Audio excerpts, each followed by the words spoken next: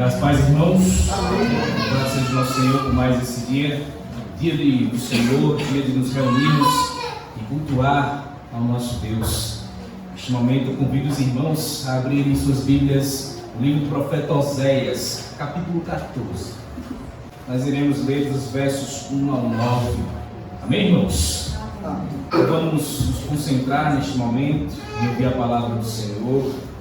Suas preocupações, suas ansiedades, deposite na presença de Deus, deposite na cruz de Cristo. Não esqueça delas, porque você tem que resolver.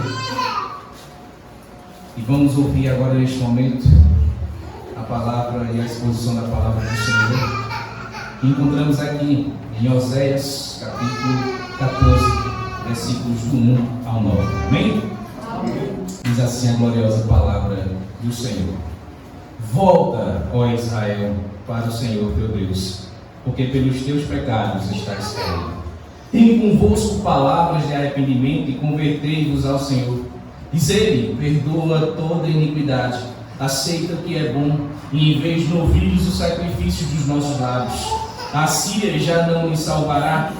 Não iremos montados em cavalos, e não mais diremos a obra das nossas mãos. Tu és o nosso Deus. Por ti o órfão alcançará misericórdia. Curarei a sua infidelidade, e eu de mim mesmo os amarei, porque a minha ira se apartou deles. Serei para Israel como orvalho, ele florescerá como lírio, e lançará as suas raízes como cedro no Líbano. Estender-se-ão os seus ramos, o seu esplendor será como o da oliveira, e sua fragrância como a do Líbano. Os que se assentam de novo à sua sombra voltarão, serão vivificados com cereal e florescerão como a vide, e sua fama será como a do vinho do Líbano. Ó Efraim, que tenho eu com os ídolos? Eu te ouvirei e cuidarei de ti. Sou como o cipreste verde, de mim procede o teu fruto. Quem é sábio, que entenda estas coisas. Quem é prudente, que saiba, porque os caminhos do Senhor são retos, e os justos andarão neles, mas os transgressores neles cairão. Até aqui a palavra do Senhor. Amém? Amém. Mas o mesmo Deus que é justo para com o pecador, é o mesmo Deus que justifica este mesmo pecador. Deus aplicou a sua reta justiça em Israel. Trouxe o profeta Oséias para proclamar a sua mensagem de restauração. Mas o povo não quis ouvir o profeta Oséias. O povo de Israel, Efraim, não quis ouvir ao Senhor e seguiu os seus próprios desejos do seu coração. Continuaram na idolatria, permaneceram distantes do Senhor, agradavam mais aos ídolos e a si mesmos, e não agradavam a Deus. O resultado de Israel foi o cativeiro. Foi a Síria destruir todo Israel. Mas Deus traz promessas de restauração, irmãos. Deus ama incondicionalmente o seu povo. Aqui o amor de Deus é um amor incomparável. É um amor que não dá para medir. É um amor que não podemos explicar com palavras, a não ser observarmos com ações. Porque você observa, Israel não merecia o amor de Deus. Israel foi encontrada suja, imunda, e Deus a amou incondicionalmente. E mesmo assim, depois de Deus ter lhe dado provisão, depois de Deus ter lhe dado forças, depois de Deus ter lhe dado terras, o que aconteceu com Israel? Israel deu as costas para Deus. Israel abandonou o seu Senhor. Israel começou a adorar a outros deuses. Israel adorou a Baal e deixou de adorar o Senhor. Israel não merecia o amor de Deus, mas mesmo assim Deus ama Israel. Deus não abandonou Israel. Deus traz promessas de restauração. Por isso hoje nós vamos observar e ver isso hoje, a restauração que Deus tem para mim, para a sua, para as nossas vidas. A restauração de Deus, meus irmãos. E meus irmãos, por mais terríveis, por mais trágicos sejam as histórias de nossas vidas, sejam as histórias das pessoas que nós ouvimos, nenhuma dessas tragédias podem frustrar os planos daquele que governa a história e age no universo. Os planos de Deus não podem ser frustrados, meus irmãos. E não resta dúvidas, encontramos aqui, meus irmãos, a passagem mais bela desse livro profético, o livro de Oséias. Depois de falar tanto em condenação, nós vimos Israel sendo condenado justamente pelos seus atos, pela sua idolatria, pela traição. Deus agora fala de uma maneira terna. Deus agora fala ternamente em graça. E afinal, a graça ela vai brilhar através das nuvens ameaçadoras. E Paulo já nos disse lá em Romanos, onde abundou o pecado, superabundou a graça de Deus. Então, neste texto podemos destacar 5 verdades, meus irmãos.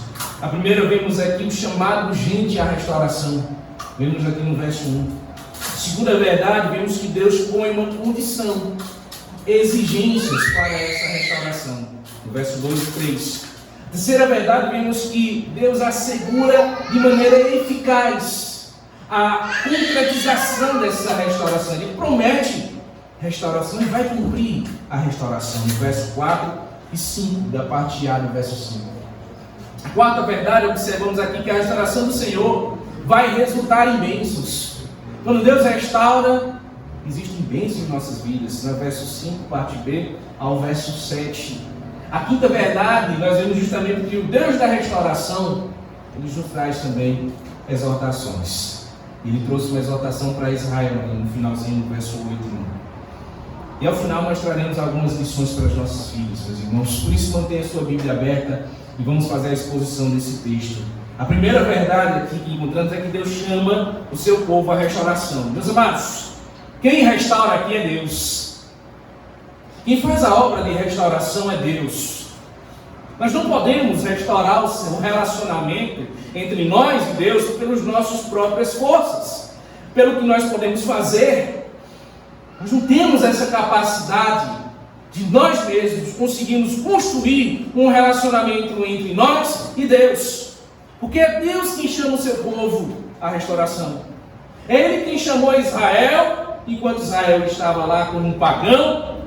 E é Deus quem chama Israel agora para a restauração. Meus irmãos, nosso Deus é Ele quem opera em seu povo, tanto o querer quanto o realizar. Veja o que diz o verso 1. Volta, ó Israel, volta, Israel. Volta para o Senhor teu Deus. E eu te pergunto, quem é que está falando isso? Quem é que está dizendo isso, meus irmãos?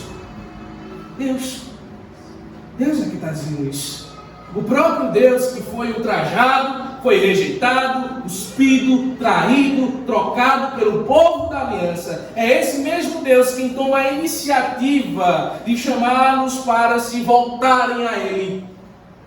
Deus não é apenas o autor do chamado, mas também é o destino dessa volta. Essa volta é para dentro da aliança. Essa volta é para o próprio Deus. E tudo provém de Deus, meus irmãos, que nos reconcilia consigo mesmo por meio de seu Filho amado, nosso Cristo Jesus. Deus chama o seu próprio povo, meus amados, para voltar para Ele. Israel tinha se desviado de Deus, tomando atalhos perigosos da vida, meus irmãos, envolvendo-se com alianças estrangeiras, se prostrando diante de ídolos pagãos. A confiança em alianças políticas e nos ídolos fez Israel se desviar do Deus da aliança. Fez Israel sair.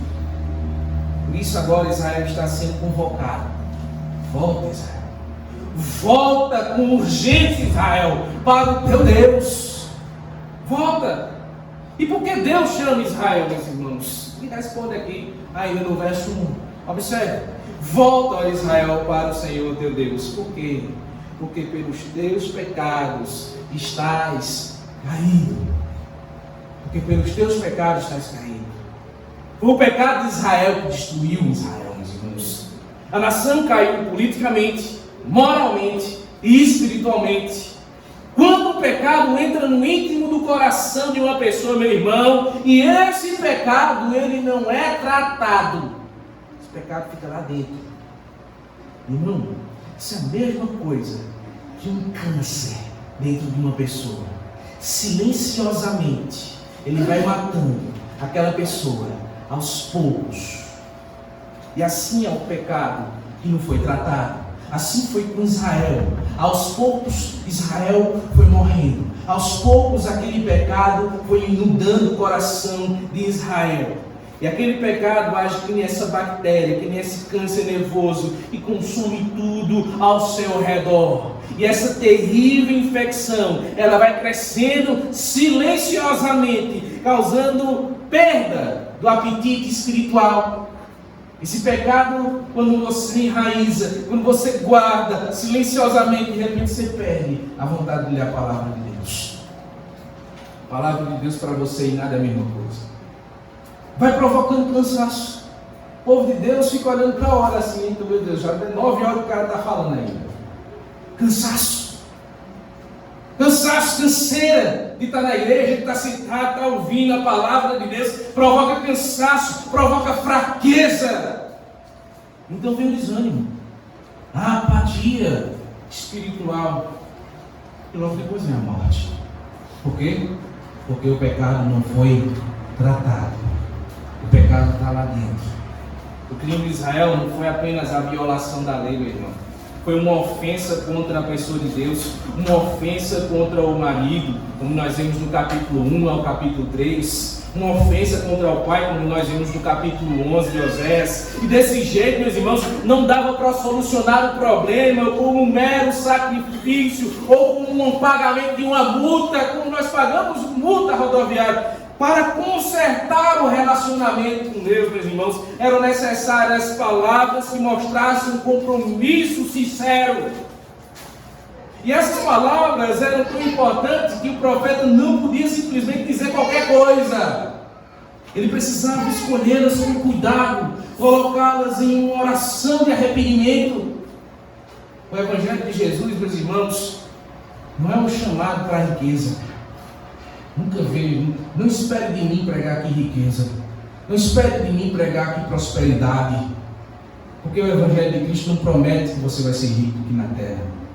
O Evangelho de Jesus não promete prosperidade. Mas ele promete mudança de vida. Mudança de vida, mudança de atitude. Porque a verdadeira conversão nos conduz para o caminho de santidade, meus irmãos, e não pelo anseio de prosperidade. A conversão é o anseio por Deus, é o desejo por Deus, é o desejo ardente dos nossos corações em viver uma vida que agrade ao Senhor. E não a vida por dinheiro, e não a vida por riquezas. A segunda verdade que encontramos aqui, meus irmãos, é que há condições para essa restauração. O mesmo Deus que restaura também estabelece essas exigências, essas condições para a restauração. Vamos ver aqui a primeira exigência, é o arrependimento e a conversão. No verso 2, a parte A do verso 2 diz: tende convosco palavras de arrependimento e convertei-vos ao Senhor. Irmãos, para que houvesse restauração em Israel, Israel deveria ter que fazer o quê? Se arrepender, abandonar os seus ídolos, se voltar para Deus. Israel deveria abandonar suas confianças nas alianças políticas, para confiar no Deus da aliança. O arrependimento significa mudar de mente, mudar de sentimento, mudar de direção.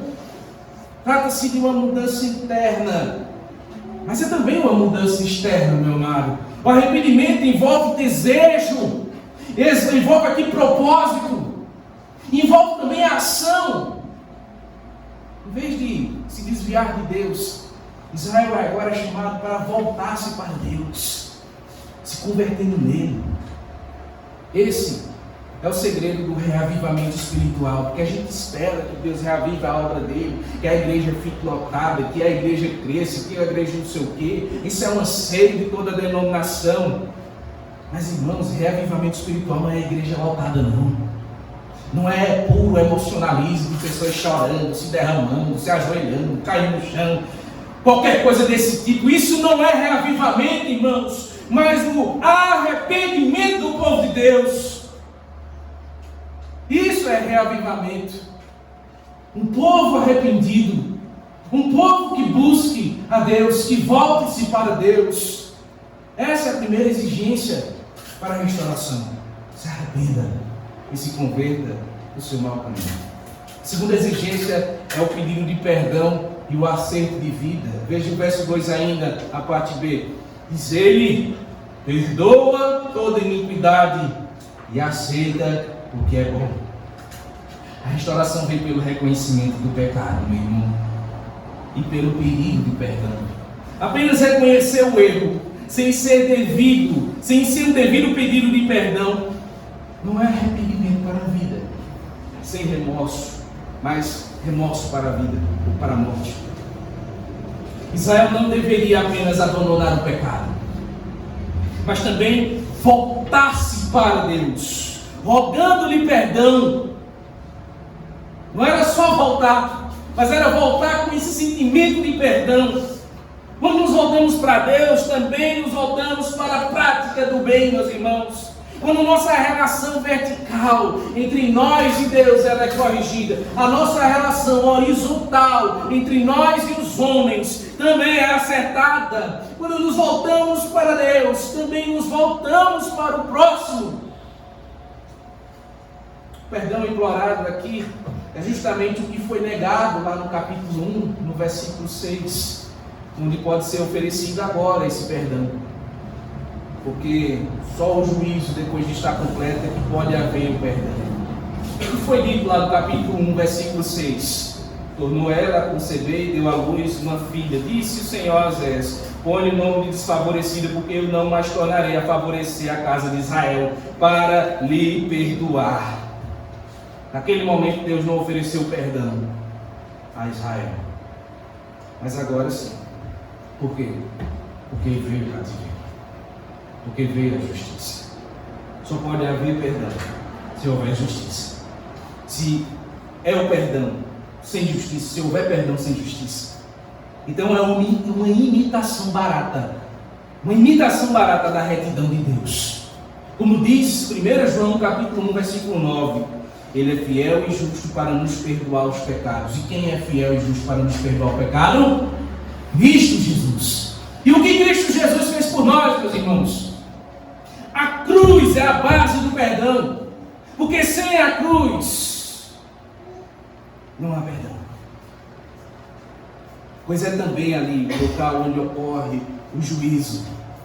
Então a segunda exigência é esta: quando reconhecemos o pecado e aceitamos e acertamos a nossa vida, o perdão é alcançado. A terceira exigência, a terceira condição é a adoração sincera em vez de rituais vazios. Verso 2 aí, a parte C, continuei no finalzinho do verso 2: em vez de novilhos, os sacrifícios dos nossos lábios. Essa é a terceira exigência.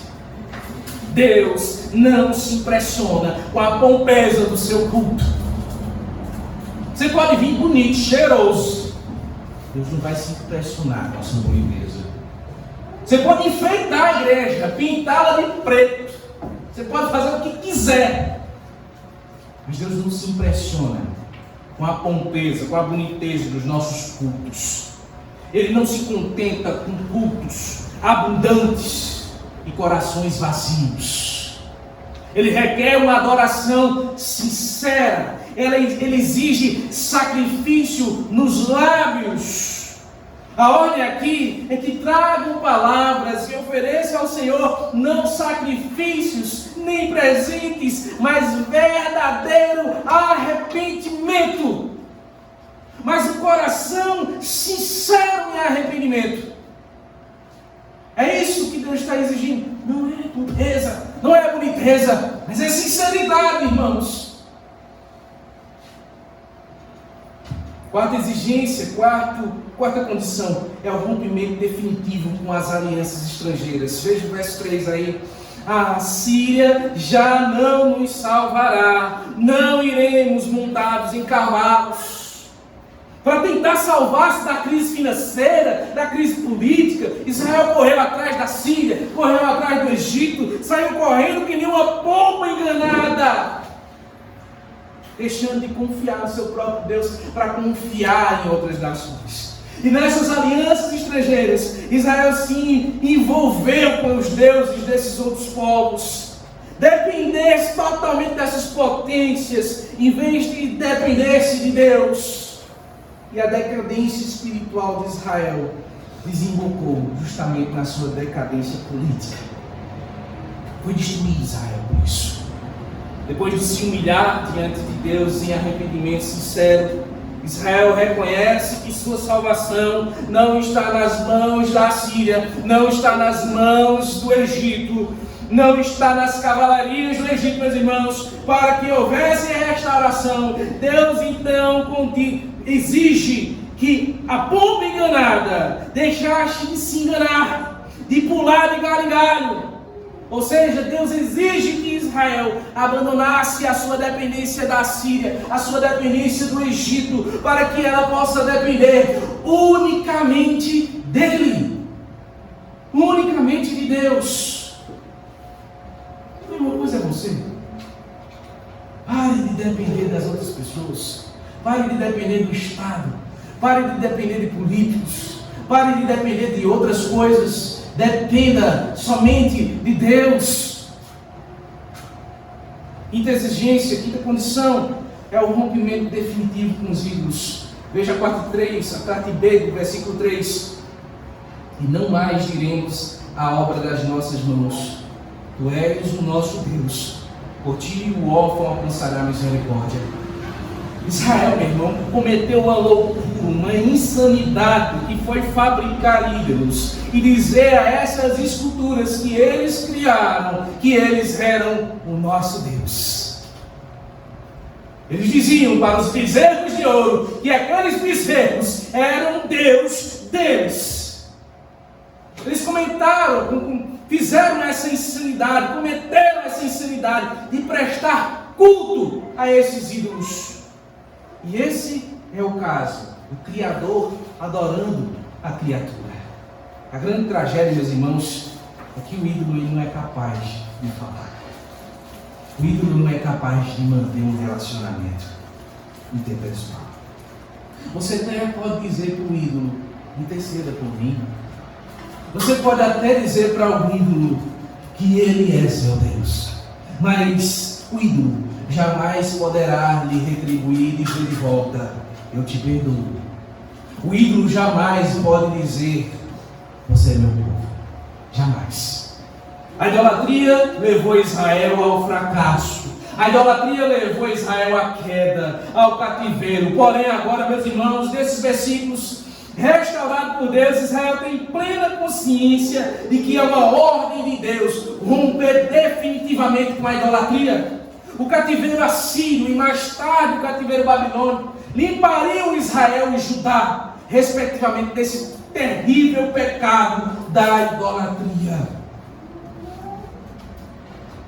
E terceira verdade, meus irmãos, Deus assegura a restauração do seu povo.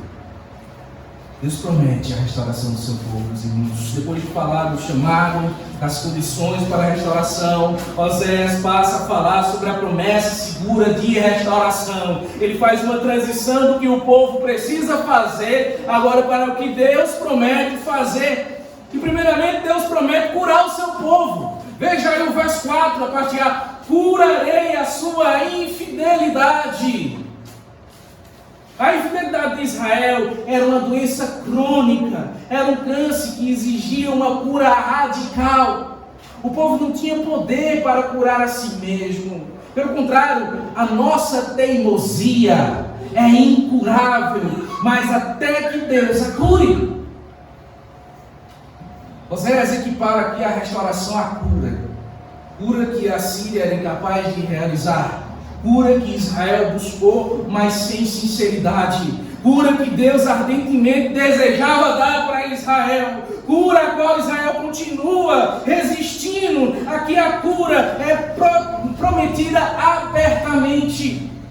A promessa da cura não é apenas uma promessa para curar os ferimentos do juízo, mas também a causa do juízo, a infidelidade que os havia levado para bem longe de Deus.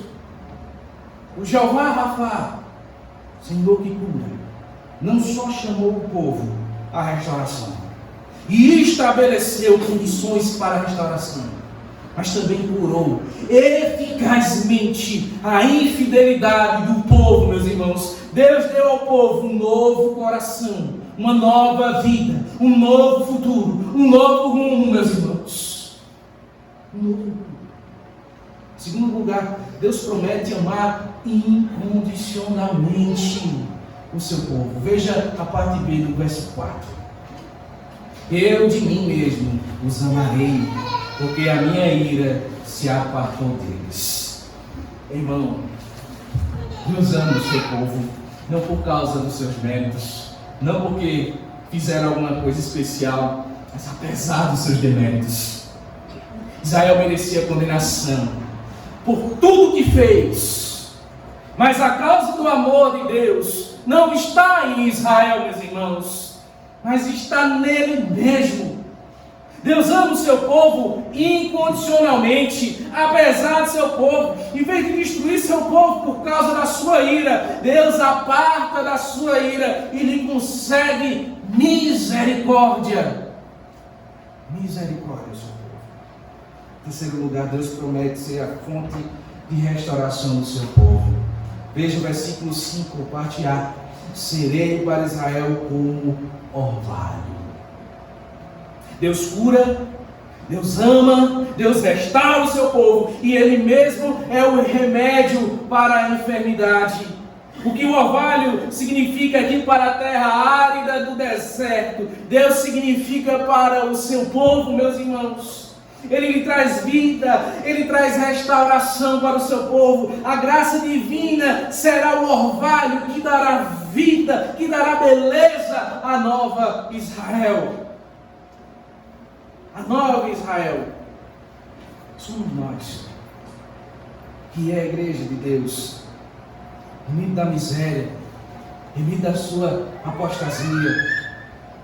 Meus irmãos, essa figura eu me lembro muito dos tempos de seca. Nós passamos um período de seca agora, e toda vez que eu acordava de manhã, antes do nascer do sol, eu via todas as plantas molhadas pelo orvalho. As plantas estavam revigoradas, tinha uns milhinhos plantados lá em casa, os milhinhos estavam cheios com toda força, com toda vigor, bonito, por causa daquele orvalho, aquela coisa maravilhosa. As plantas se renovam. E nesse deserto aqui, lá na Palestina, todo o orvalho, para algumas plantas, era toda a água que eles receberiam em quase todo o ano. Havia pouquíssimas chuvas, e muito do que eles recebiam dessa água vinha desse orvalho, e ali bastava para que aquelas plantas frutificassem, elas vivessem, tivessem vida.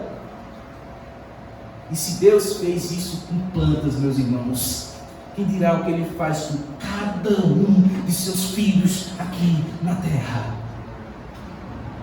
Essa é a terceira menção do orvalho no livro de Oséias.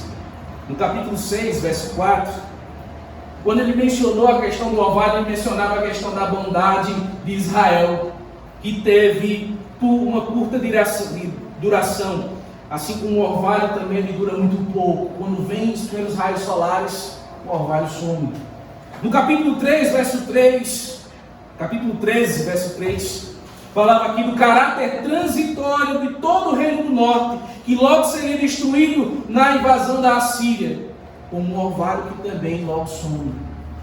E aqui é a figura representativa do poder revigorante de Deus, o poder abundante de Deus, e por meio do qual o povo de Deus vai produzir frutos para Ele, o orvalho que vivifica. A quarta verdade, nós vimos aqui a restauração, ela promove bênçãos. Oséias faz uma transição aqui do Deus da restauração para as bênçãos que vêm dessa restauração. E quais são essas bênçãos? A primeira bênção é o crescimento extraordinário. Veja o versículo 5, a parte B diz: Ele florescerá como o lírio, Então, quando o povo de Deus é banhado pelo orvalho de Deus, que é a presença de Deus, o povo de Deus floresce, cresce, desabrocha como o lírio. O lírio é uma das plantas mais produtivas do mundo, meus irmãos, pois se diz que uma raiz pode produzir até 50 bulbos dessa linda planta. O lírio ainda tem a capacidade de crescer de forma pura, linda, mesmo em meio a um ambiente hostil, a um ambiente de contaminação. E isso nos ensina, meus irmãos, que não é o ambiente que deve te influenciar, mas é você quem deve influenciar o ambiente. A igreja deve ser luz para as nações, em vez das nações apagarem a sua luz. Segunda bênção é a estabilidade inabalável. Veja o verso 5 aí ainda no finalzinho. E lançará as suas raízes como o cedro do Líbano. Então, quando o povo de Deus é restaurado, não cresce apenas para o alto, meus irmãos, não cresce apenas em comunhão com Deus e para os lados, mas num expressivo crescimento numérico, mas também cresce em profundidade. Cresce em profundidade no conhecimento dele. Os cedros dos Líbanos são famosos por sua firmeza, por sua estabilidade. O rei Salomão, por exemplo, usou madeiras dos cedros do Líbano para construir o templo de Jerusalém. Mas ele fez isso não porque somente eram bonitos, mas pela sua propriedade sólida. A restauração que vem de Deus, ela traz para o seu povo firmeza nas lutas diárias, solidez nos vendavais dessa vida e estabilidade inabaláveis. A terceira bênção é o esplendor constante. O verso 6 a partilhar. Estender-se-ão os seus ramos, o seu esplendor será como o da oliveira, puro como o lírio e durável como o cedro. Israel também será tão frutífero e belo como a oliveira, meus irmãos. A oliveira é uma árvore que tem a capacidade de se renovar constantemente. Ele emerge da morte com um grande esplendor. Lá no jardim do Getsemane, onde Jesus muitas vezes orava, há oliveiras que têm praticamente 2000 anos, que são contemporâneas de Jesus Cristo. Do tronco que parece que está morto, começa a surgir novos ramos, e ali ela se renova, cheia de esplendor, cheia de vida. A presença de Deus na vida do seu povo é assim também, sempre trazendo um novo alento, sempre trazendo um esplendor constante. A quinta bênção é a fragrância influenciadora do verso 6 aí, a parte B. Ele diz: e sua fragrância como do Líbano. Então, o Líbano, meus irmãos, era uma região famosa também pelas suas florestas. Haviam florestas densas. As madeiras mais nobres vinham dessas florestas lá do Líbano. Dessas ricas florestas exalava uma fragrância que embriagava as pessoas com a doçura daquela fragrância. Árvores coníferas e as plantas aromáticas, elas forneciam a fragrância desse Líbano. Como diz a palavra de Deus em Cantares. Cantares capítulo 4, verso 11. A fragrância dos teus vestidos é como a do Líbano. Ou seja, cheiroso, agradável. E quando Deus restaura o seu povo, dele também procede o perfume de Cristo. O perfume de Cristo, meus irmãos. O perfume, embora ele seja silencioso, o perfume é poderosamente influenciador. Porque quando você passa um determinado perfume, meus irmãos, aquele perfume vai provocar um determinado impacto naquele ambiente. É sempre percebido, isso torna um ambiente mais agradável. E assim deveria ser o céu no oceano. Tornará aquele ambiente mais agradável pelo perfume de Cristo. Quinta bênção é o abrigo para os cansados, verso 7. Os que se assentam de novo à sua sombra voltarão, serão vivificados como cereal e florescerão como a vide, e sua fama será como a do vinho do Líbano. Israel, que é restaurado por Deus, não será mais um problema entre as nações, mas será uma bênção para o povo. Israel não será apenas restaurado por Deus, mas será um instrumento para a restauração dos outros povos. Nós vimos, Jesus Cristo veio do seu povo, e a partir de Cristo Jesus, todo o mundo pode ter a salvação em Cristo Jesus. Assim também, quando a igreja é restaurada por Deus, ela se torna um lugar de cura. Ela se torna, meus irmãos, um lugar de refrigério, um lugar de abrigo para os aflitos. Ela deixa de ser um deserto para ser um oásis. Em vez de ser um lugar de atar fardos às pessoas, de colocar fardos nas costas das pessoas, a igreja deve ser um lugar de alívio. Deixa de ser um local de legalismo neurótico para ser uma comunidade terapêutica. Em vez de ser um gueto fechado, ela se torna uma comunidade acolhedora. Essa é uma das bênçãos de ser restaurado por Deus. Ser abrigo para os cansados.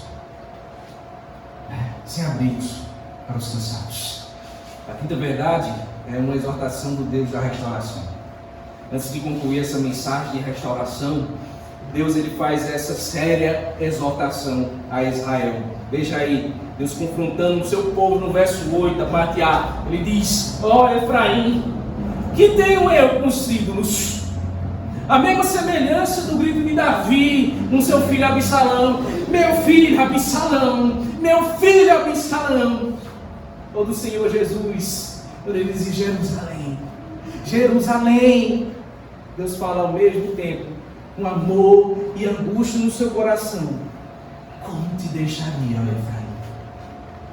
Como te deixaria? Agora é como se Deus quisesse persuadir os seus ouvintes, pela última vez, cujas palavras de arrependimento dos versículos 2 e 3 e a bela perspectiva aqui dos versículos 4 e 7 fazem parte de um convite. É como se Deus estivesse convidando Israel, e ainda tem que ser aceito, um convite que ainda tem que ser apropriado por Israel. E esse confronto divino mostra que é impossível confiar nos ídolos, meus irmãos, e ao mesmo tempo confiar em Deus. Como Cristo Jesus disse, é possível ter dois senhores? É impossível se dobrar diante dos ídolos e ao mesmo tempo honrar a Deus. É impossível estar envolvido com a idolatria sem procurar a ira de Deus. A volta para Deus precisa passar pelo rompimento definitivo com os ídolos do seu coração. Desculpe, irmãos. Deus ouve o seu povo. Veja o verso 8 aí, a parte B. Ele diz: eu te ouvirei. Eu te ouvirei. Os ídolos não podem socorrer o povo na hora da aflição. Mas Deus ouve o clamor do seu povo. Deus ouve o seu povo. Deus restaura o seu povo. A palavra de Deus diz: invoca-me no dia da angústia, e eu te livrarei, e tu me glorificarás. Salmo 50, versículo 15. Deus não despreza o coração quebrantado. Deus cuida do seu povo também. Verso 8, parte C: eu te ouvirei e também cuidarei de ti. Ele nos ouve, Ele cuida de nós. Protege o seu povo dos inimigos, dá fartura de pão e copiosa redenção ao seu povo. Enquanto Israel esteve dando as costas para Deus, meus irmãos, fazendo acordo com outras nações, adorando falsos deuses, só colheu amargura, só colheu decepção. Mas quando retornou para Deus em sincero arrependimento, voltou a receber o generoso e providente cuidado de Deus. E Deus abençoou o seu povo. Finalzinho do verso 8. Eu te ouvirei, eu cuidarei de ti, e sou como um cipreste verde. De mim se acha o teu fruto. Deus é o vale e cipreste. De Deus vem a restauração, e dele procedem os frutos de uma nova vida. A seiva que nos faz frutificar vem de onde, meus irmãos? Vem de Deus. Só produzimos frutos quando estamos ligados à verdadeira videira. Somos como José do Egito, um ramo frutífero junto à fonte. No Salmo 1 que nós vimos no domingo passado, nós somos como uma árvore que está plantada junto à corrente das águas. Assim como aconteceu com Israel, quando Deus restaura a sua igreja, ela é curada da sua esterilidade.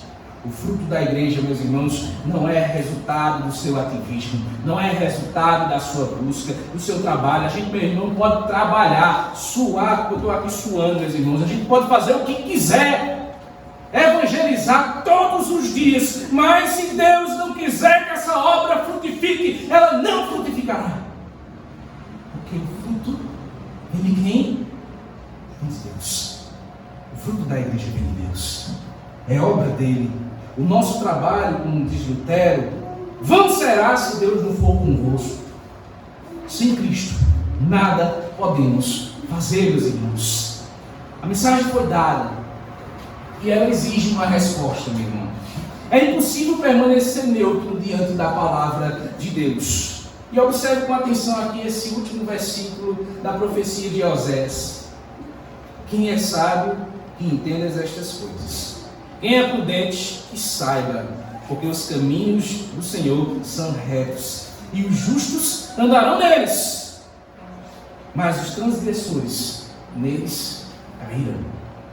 O sábio e prudente, meus irmãos, são aqueles que ouvem, que estão escutando agora a palavra de Deus, estão ouvindo, não somente ouvem, obedecem. São aqueles que edificam sua casa sobre a rocha. São aqueles que não são apenas ouvintes, que é muito bom ouvir, mas o difícil é ser praticante. Diante da palavra de Deus só existem dois tipos de grupos, meus irmãos.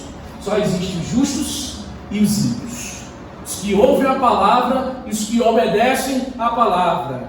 E tem os que ouçam, embora ouçam, mas rejeitam a palavra, como se estivesse entrando por um ouvido e saindo pelo outro. Nós, como professor, uma alma sabe muito bem isso, e quando fala um aluno determinada coisa, entra por um ouvido e sai por outro. Para muitas pessoas é assim. Estou falando aqui e agora. Entrou por um ouvido, saiu pelo outro. Diante da palavra de Deus só dá duas escolhas também, meus irmãos. Andar pelos retos caminhos de Deus ou tropeçar nesse caminho. A primeira escolha é sábia, e a segunda escolha é insensata. Oséias usa o mesmo método de Moisés, que ele usou século antes de Oséias. Ele diz lá em Deuteronômio, capítulo 30, versículo 19: Te propus a vida e a morte, a bênção e a maldição. Escolhe, pois, a vida, para que vivas tu e tua descendência. Oséias nunca viu o cumprimento dessa profecia final, meus irmãos. Talvez ele passou até mesmo pela espada dos assírios, mas pela fé ele aceitou que um dia o Senhor triunfaria na vida de Israel. Deus lhe tinha dado a vitória no seu lar, pelo triunfo do amor inabalável. Gomer voltou ao lar, seus filhos foram restaurados, aqueles nomes feios foram mudados, e Osés teve sua vida completamente restaurada, com toda serenidade. Osés aguardava o desenrolar do drama de Israel, e com certeza, meus irmãos, de que um dia Deus restauraria o seu povo. O profeta de coração quebrantado chegou a aprender que o coração do Senhor é também desse jeito. É também assim, meus irmãos. Eu quero terminar com algumas aplicações, algumas lições. Primeiro aqui, irmão, preste atenção. Volte-se para o Senhor com arrependimento sincero. Você ouviu hoje aqui: volta, Israel, volta, ó Israel, para o Senhor teu Deus. Não estou te chamando, não é o pastor Hernando que está te chamando, não. O Deus de Israel, o Deus Todo-Poderoso é quem está te chamando. Deus é quem está te chamando, meu irmão. Você que está distante de Deus, que andou em caminhos tortuosos, ou que está na igreja, mas há tempo não tem um relacionamento concreto com Deus, ouça o chamado do Senhor essa noite. O arrependimento não é apenas um sentimento de tristeza, de remorso, mas é de fato uma mudança radical de mente, uma mudança de coração, de direção, de comportamento. Mas o que deve fazer, pastor? Examine seu coração. Identifique os pecados que te afastam de Deus e se afastam desses pecados. Confesse esses pecados com sinceridade. Abandona os teus ídolos. O dinheiro, a fama, o status, os prazeres, os filhos, a família ou qualquer outra coisa que te coloque distante de Deus. Renuncie a esses ídolos e volte para o Senhor. Busque Deus em oração, irmãos. Olhe como salmista. Cria em mim, ó Deus, um coração puro e renove em mim um espírito na palavra. Segunda coisa, reconheça que a restauração vem somente de Deus. Deus é quem cura a infidelidade do seu povo, meus irmãos, e o restaura. Não podemos restaurar por nossos próprios esforços. Precisamos da graça de Deus. Busque a presença de Deus. Como o orvalho revigora, meus irmãos, a terra, a presença de Deus em tua vida, ela vai revigorar-te. Busca ao Senhor, que Ele vai revigorar. Busque ao Senhor, que Ele vai te reavivar. Dedique tempo à oração. Dedique tempo à leitura da palavra. Mas pastor, não tem tempo. Dedique tempo. Meus irmãos, terceira coisa, vive uma vida frutífera e influenciadora. A restauração de Deus resulta em uma vida que floresce como um milho, que lança as raízes como um cedro, que exala a fragrância do mundo Líbano. Essa vida frutífera não é apenas para o nosso próprio benefício, mas para abençoar outras pessoas. Será que você tem sido um testemunho do poder restaurador de Deus? Será que você tem sido uma bênção para os que estão ao seu redor? Reflita sobre isso. E quarta coisa, rompa definitivamente com os ídolos de sua vida. Deus confrontou Israel. Ó Efraim, o que tenho eu com os ídolos? Essa pergunta também é dirigida a eu. Essa pergunta é dirigida a você. Os ídolos modernos, talvez eles não sejam de pedras e madeiras, talvez para alguns sim. Mas esses ídolos que nós temos em nossos corações são igualmente mortais, igualmente perigosos. A primeira coisa que você tem que fazer é identificar esses ídolos. Pode ser o dinheiro, pode ser o trabalho, pode ser os relacionamentos, o entretenimento, esses TikTok, essas coisas que você tem nesse celular, meus irmãos, até mesmo a busca por aprovação, pode ser um ídolo para a sua vida. Identifique. Depois que identificar, você tem que renunciar a esses ídolos. Coloque Deus em primeiro lugar na sua vida. Se o Instagram está te distanciando de Deus, abandone o Instagram. Se as redes sociais estão deixando você longe de Deus, abandone as redes sociais. Se qualquer outra coisa te faz ficar distante de Deus, abandone aquilo e se aproxime de Deus. Coloque sua confiança somente em Deus. Porque lembre-se, não é o TikTok, não é o Instagram, não é as redes sociais, não é ninguém, não é política, não é político algum, não é nada que pode resolver de fato os teus problemas. Eles não podem te ouvir, eles não podem te salvar, mas Deus é fiel e poderoso para te restaurar e para te abençoar, meu irmão. E ande nos caminhos do Senhor. Ande nos caminhos retos do Senhor. Andar nos caminhos de Deus é uma escolha diária, que requer sabedoria, que requer prudência, renúncia. Andar nos caminhos de Deus requer obediência à palavra de Deus. Ah, pastor, mas isso é difícil, que diz que é fácil. Você tem que renunciar a muitas coisas. A obediência não é fácil. Não seja apenas um ouvinte, um crente de banco, um crente que senta só para ouvir. Mas seja de fato um crente que ouve e pratica a palavra de Deus. Aplique os princípios bíblicos da sua vida diária para viver uma vida sincera em Cristo Jesus. Seja sábio, seja prudente, renuncie aos seus pecados. Sabedoria começa com um temor ao Senhor. Quem não teme ao Senhor, está nem aí. Na verdade está esperando que acabe logo, né? porque é a orientação de Deus em todas as suas decisões. Hoje, você está sendo convidado a examinar a sua vida e responder essa pergunta. Você está disposto a voltar-se para Deus, a experimentar a sua restauração? Se você tem andado distante de Deus, meu irmão, hoje é o dia de arrependimento. Hoje é o dia de mudança. Porque amanhã pode ser tarde. Volte-se para Deus.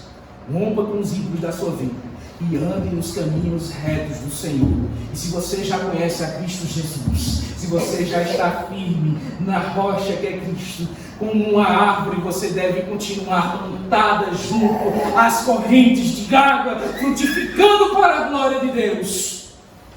Que o Senhor nos ajude a viver como um povo restaurado, cheio de amor, cheio da sua graça, cheio da sua verdade. Meus irmãos, que Deus os abençoe, que Deus os guarde no seu caminho. A Ele toda a glória e honra. Amém. Amém.